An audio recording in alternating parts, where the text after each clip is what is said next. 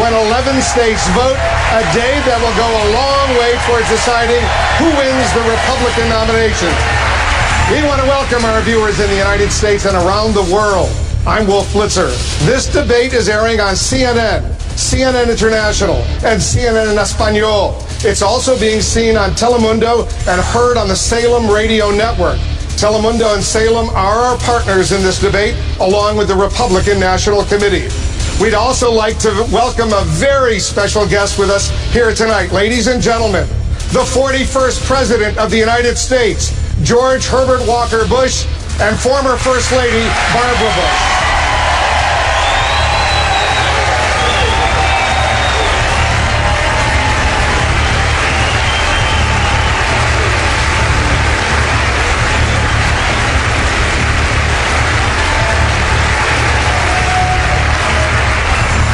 Everyone here is looking forward to a lively debate. I'll be your moderator tonight. Joining me in the questioning, Telemundo host Maria Celeste Araras, CNN Chief Political Correspondent Dana Bash, and Salem Radio Network's Hugh Hewitt, who worked in the Reagan administration for 6 years. Tonight, there are 5 Republican candidates, and they're ready to join us right now. Please welcome Ohio Governor John Kasich.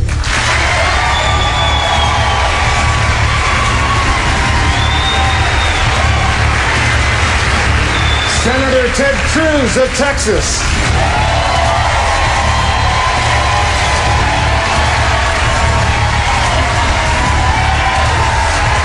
Businessman and real estate developer Donald Trump.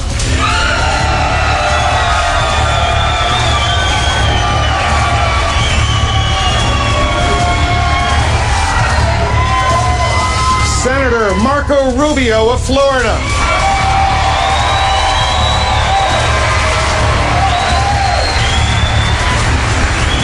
And retired neurosurgeon, Dr. Ben Carson.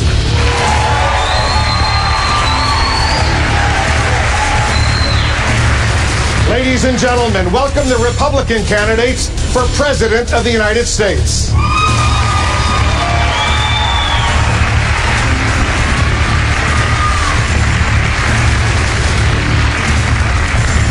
Now please rise for our national anthem, performed by country music artist Dina Carter.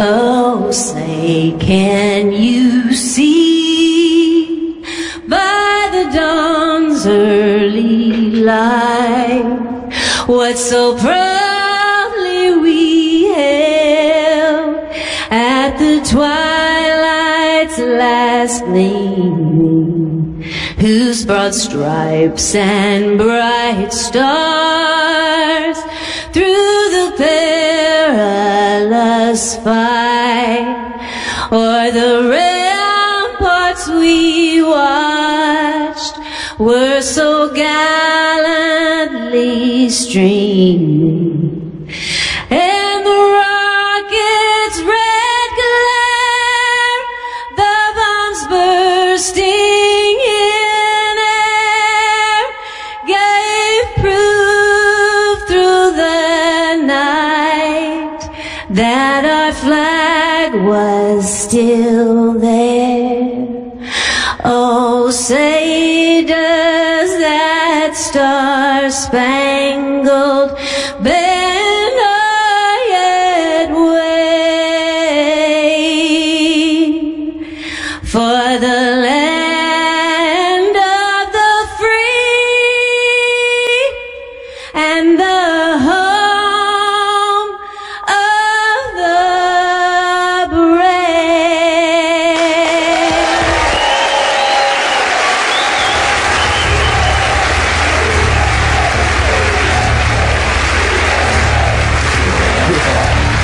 Thank you very much, Dina Carter. A beautiful, beautiful national anthem. The final debate before Super Tuesday begins right after this quick break.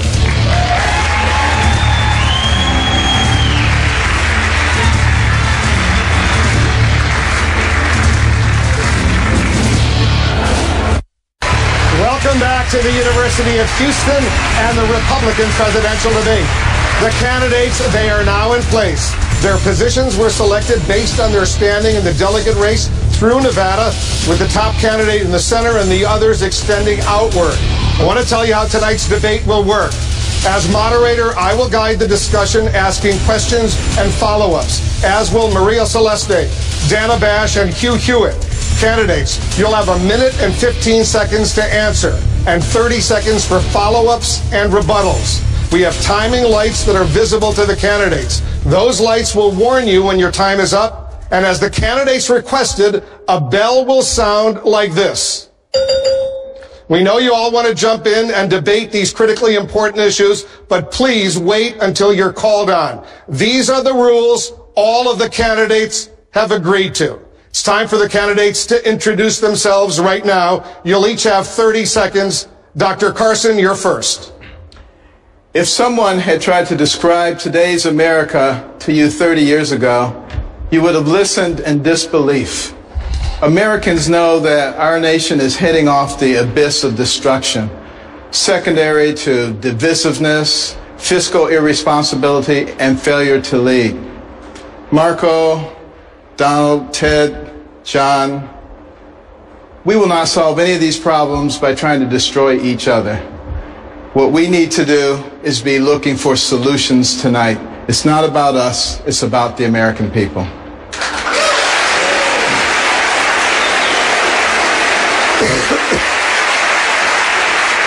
Governor Kasich. Well, you know, on the way over here, even getting ready earlier and sitting in the green room and watching the early coverage, you know, my father carried mail on his back, and his father was a coal miner.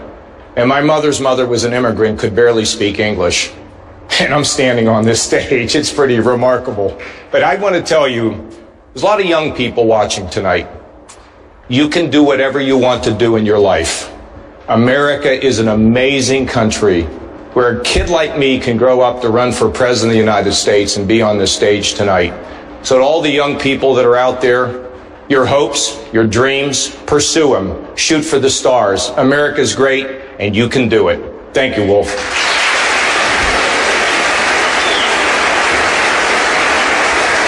Senator Rubio. Well, thank you. This election, we have to decide the identity of America in the 21st century. But as part of this primary, we have to find out our identity as a party and as a movement. 36 years ago, Ronald Reagan and George H.W. Bush began the Reagan Revolution.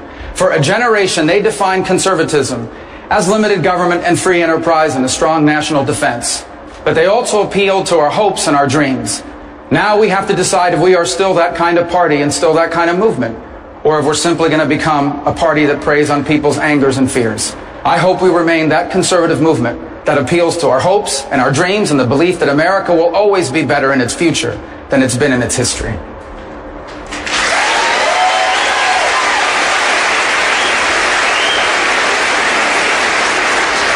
Senator Cruz. Welcome to Texas. Here, Texas provided my family with hope. Here, my mom became the first in her family ever to go to college. Here, my dad fled Cuba and washed dishes making 50 cents an hour to pay his way through the University of Texas. I graduated from high school at Second Baptist, not too far away from here.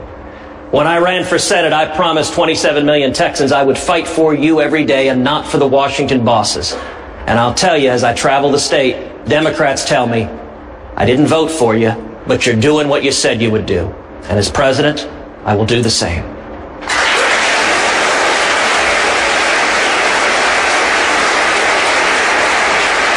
Mr. Trump. Thank you. My whole theme is make America great again. We don't win anymore as a country. We don't win with trade. We don't win with the military. ISIS, we can't even knock out ISIS. And we will, believe me, we will. We don't win in any capacity with health care. We have terrible health care. Obamacare is going to be repealed and replaced. We just don't win. You look at our borders, they're like Swiss cheese. Everybody pours in. We're going to make a great country again. We're going to start winning again. We're going to win a lot. It's going to be a big difference. Believe me, it's going to be a big, big difference.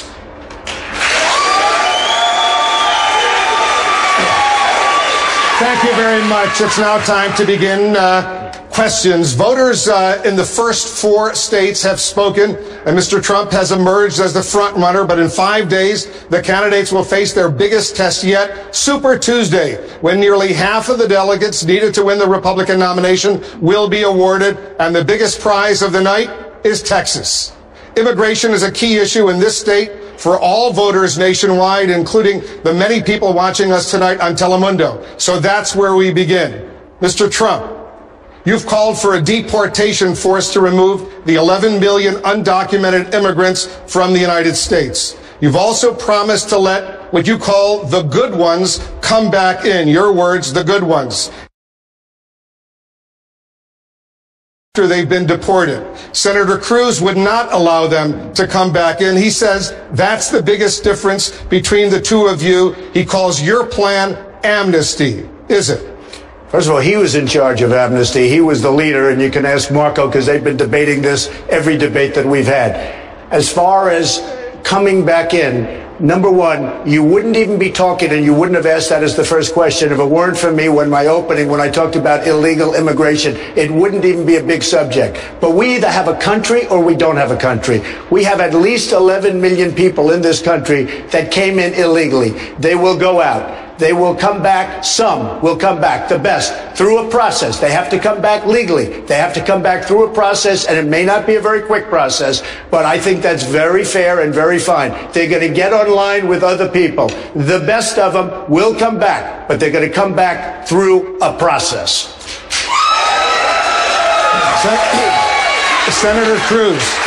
Senator Cruz, what's wrong with letting what Mr. Trump calls the good ones come back to the United States?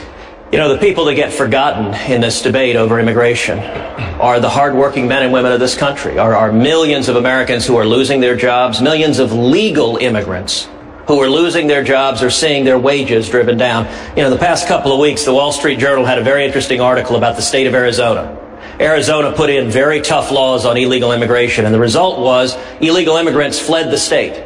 And what's happened there, it was a very interesting article. Some of the business owners complained that the wages they had to pay workers went up. And from their perspective, that was a bad thing. But what the state of Arizona has seen is the dollars they're spending on welfare, on prisons, on education, all of those have dropped by hundreds of millions of dollars. And the Americans, and for that matter, the legal immigrants who are in Arizona, are seeing unemployment drop or seeing wages rise. That's who we need to be fighting for. Listen, we have always welcomed legal immigrants, but I think it is a mistake to forgive those who break the law, to allow them to become U.S. citizens. And that's why I've led the fight against granting citizenship to those here illegally, and that's why I will do the same thing as president. Mr. Trump, you want to respond to that? Well, I'm very glad that Ted mentioned Arizona, because probably the toughest man on borders is Sheriff Joe Arpaio, and 2 days ago, he totally endorsed me. So, thank you.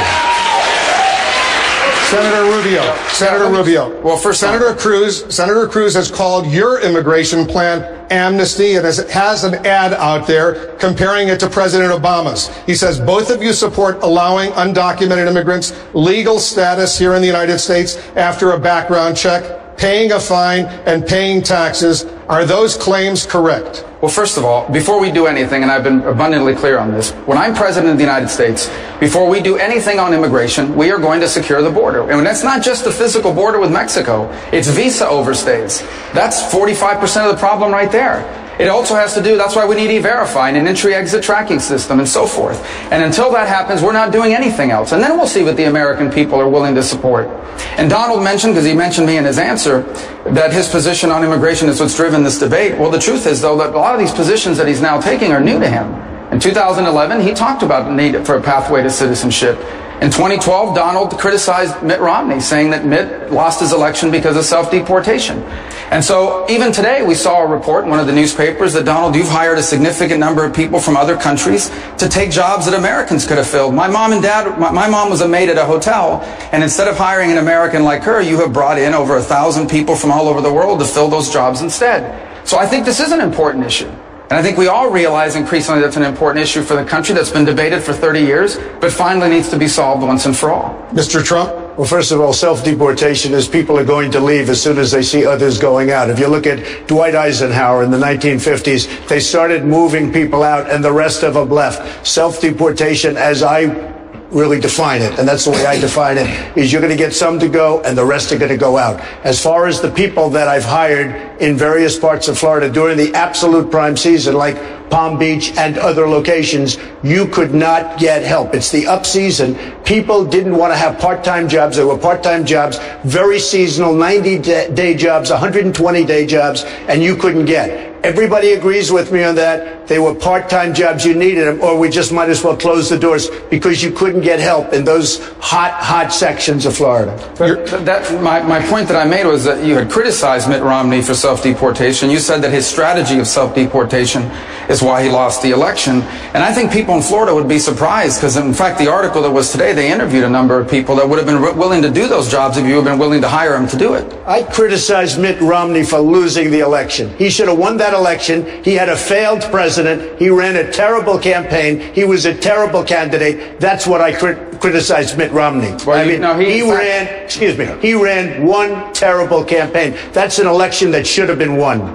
Well, in fact, I agree we should have won, and I wish we would have.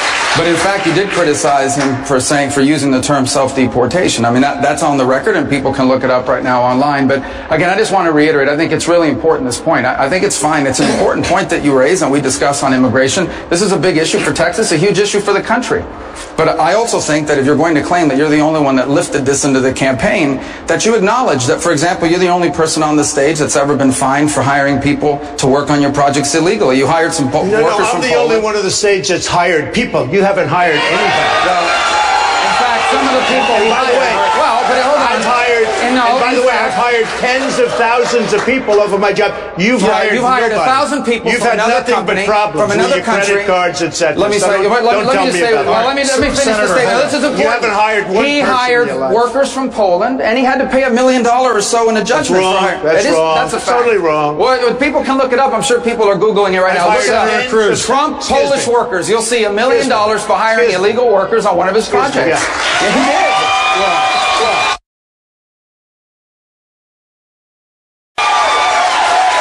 You know, it's interesting. That happened.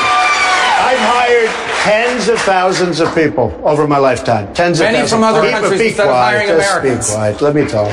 I've hired tens of thousands of people. He brings up something from 30 years ago. It worked out very well. Everybody was happy. And by the way, the laws were totally different. That was a whole different world. Thank you. But I've hired people. Nobody up here has hired Senator Cruz. You say you want to deport the 11 million undocumented immigrants, but you never want to allow them to come back to the United States. What would happen to the children who are U.S.-born citizens whose parents will be deported under your plan? Well, existing law provides that those who are deported cannot come back here legally. U.S. citizens can come back. That's existing law. But let me say, Wolf, I really find it amazing that Donald believes that he is the one who discovered the issue of illegal immigration. I can tell you, when I ran for Senate here in the state of Texas, I ran promising to lead the fight against amnesty, promising to fight to build a wall. And in 2013, when I was leading the fight against the Gang of Eight amnesty bill, where was Donald? He was firing Dennis Rodman on Celebrity Apprentice. And indeed, if you look at the Gang of Eight, one individual on this stage broke his promise to the men and women who elected him and wrote the amnesty bill. But Donald funded the Gang of Eight. If you look at the 8 members of the Gang of Eight, Donald gave over $50,000 to 3 Democrats and 2 Republicans. And when you're funding open border politicians, you shouldn't be surprised when they fight for open borders. And I think if you want to know who actually will secure the borders and follow through, you ought to ask who has a record before they were a candidate for president of fighting to secure the borders and stop amnesty. And I'm the only one on this stage that has that record. And by the way, Marco is exactly right that a federal court found Donald guilty of being part of a conspiracy to hire people illegally and entered a $1 million judgment against him.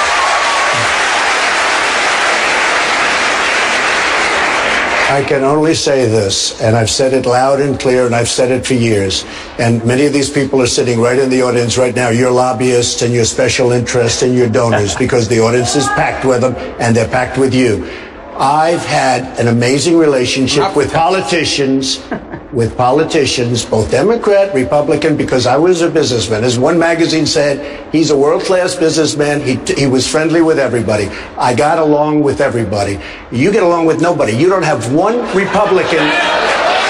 You don't have one Republican senator, and you work with them every day of your life, although you skipped a lot of time. These are minor details. But you don't have one Republican senator backing you, not one. You don't have the endorsement of one Republican senator, and you work with these people. Senator Cruz. You should be ashamed of yourself.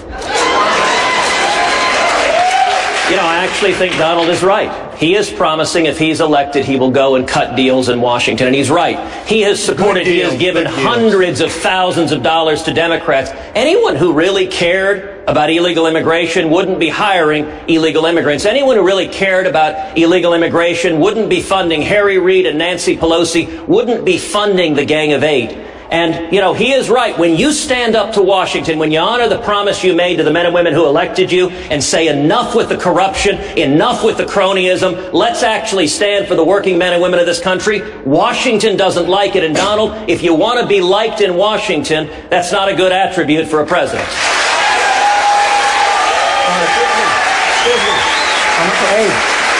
Here's a man, Robin Hood. This is Robin Hood over here. He talks about corruption on his financial disclosure form. He didn't even put that he's borrowed money from Citibank and from Goldman Sachs, which is a total violation. He didn't talk about the fact that he pays almost no interest. He just left it off, and now he's going to protect the people from the big bad banks. We're going to move on to Governor Kasich. Governor Kasich, can I respond to that, Tack? You can respond, but let me get Governor Kasich waiting patiently. Well, Governor Kasich. The idea, you've said this, and I want to quote you now. The idea that we're going to deport all these people is ludicrous, and everybody knows it. Those are your words. Should people be allowed to break the law just because it's not feasible to stop them? Look, we have a great president here, George Bush, 41st president of the United States. He worked with Ronald Reagan to pass an effort to try to solve this problem. A path to legalization. You see, that was a time when things worked. It was a time when President Reagan and George Bush decided that we needed to make the country work. Look, I think there is an answer here. The answer is you complete the border. You let people know that once it's done, you don't have a right to come in. If you come in, we don't want any excuse. You're going to go back. But I favor a guest worker program. I think it's practical. And I think for the 11 or 11.5 million Americans, or the illegals that are here, if they have not committed a crime since they've been here, I'd make them pay a fine, some back taxes, maybe some community service. And at the end, I'd give them a path to legalization, but not a path to citizenship. I don't think we're going to tear families apart. I don't think we're going to ride around in people's neighborhoods and grab people out of their homes. I don't think, first of all, I don't think it's practical, and I don't think it reflects America. You know what happened? The problem with President Reagan is we didn't get in there and actually finish the border. And I think it was probably business interests that affected it. But at the end of the day, let's be practical. Let's start solving problems in this country instead of kicking them upstairs. And with President Reagan and George Bush, it was a bipartisan coalition to address the issue. And I think we can and should do it again. And I will have a plan in the first 100 days to get it done and get this issue behind us. Thank you, Governor. Dr. Carson. You've been critical of mass deportation. You said back in November you don't think Mr. Trump's plan necessarily represents the Republican Party. Given how well Mr. Trump has been doing with the Republican primary voters, do you still believe that? I believe in liberty and justice for all. I think everything that we do should be fair.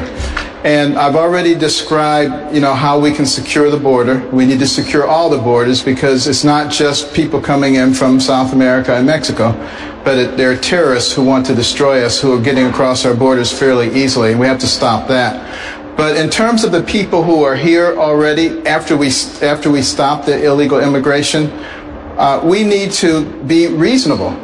And I would give them a 6-month period in which to get registered as a guest worker, assuming that they have an acceptable record. They have to pay a back tax penalty, have to pay taxes going forward, but they don't have to live underground anymore. And I think they do not become American citizens, they do not vote. If they want to become an American citizen, they go through exactly the same process that anybody else goes through. I think that's the kind of situation that is actually fair to people.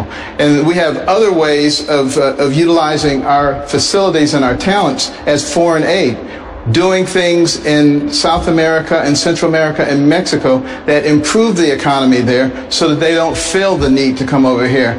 That would cost us a lot less than borrowing money from China, paying interest on it. Thank you, Dr. Carson.